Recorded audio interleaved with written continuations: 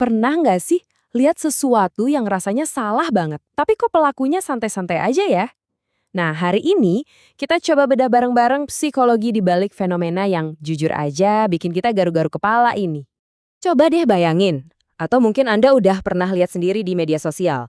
Ada orang ngerebut rumah orang lain, tapi bukan yang ngerasa bersalah, dia malah senyum. Aneh banget kan?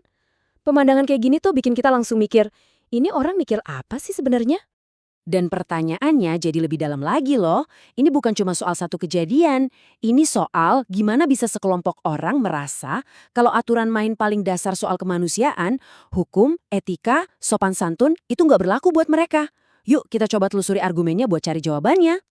Oke, kita masuk ke bagian pertama. Sebuah pertanyaan tentang perilaku.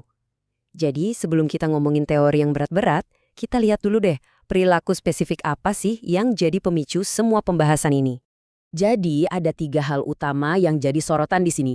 Pertama, mengklaim properti yang jelas-jelas bukan punya dia. Kedua, maksa nunjukin dominasi. Dan yang paling bikin bingung, semua itu dilakuin tanpa ada rasa nyesel sedikit pun.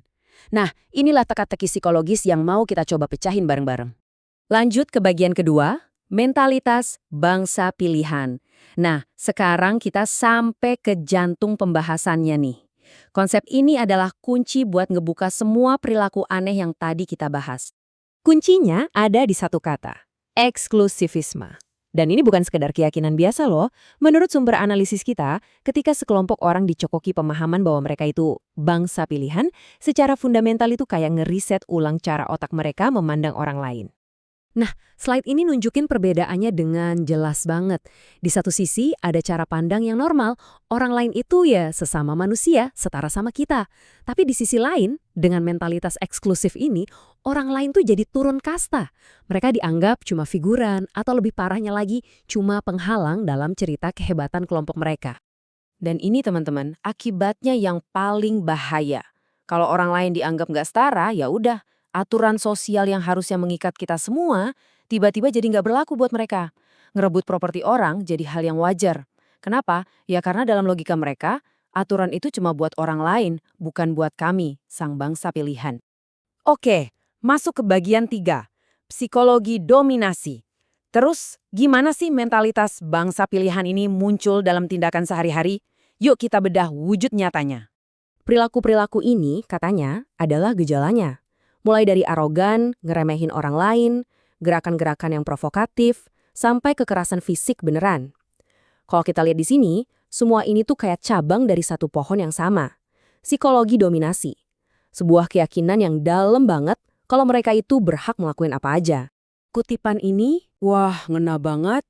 Mereka tidak merasa sedang melakukan kejahatan, melainkan sedang menegaskan kekuasaan. Jadi, dengan kata lain, buat mereka, benar atau salah itu nggak penting. Yang penting cuma satu, siapa yang lebih berkuasa. Dan disinilah analisisnya jadi makin dalam. Di balik semua arogansi dan keinginan buat mengontrol ini, ternyata ada paradoks, kerapuhan mental. Jadi, menurut sumber ini, kebutuhan yang kompulsif buat mendominasi itu sebenarnya datang dari rasa takut yang luar biasa akan kehilangan status superior mereka. Kelihatan kuat di luar, tapi rapuh di dalam. Lanjut bagian 4, benturan dengan nurani. Oke, kita udah coba ngertiin psikologi mereka. Sekarang, pertanyaannya kita balik. Kenapa kita yang nonton jadi nggak nyaman ya? Jawabannya, karena itu semua nabrak nurani kita. Slide ini menunjukin kontrasnya dengan sangat tajam.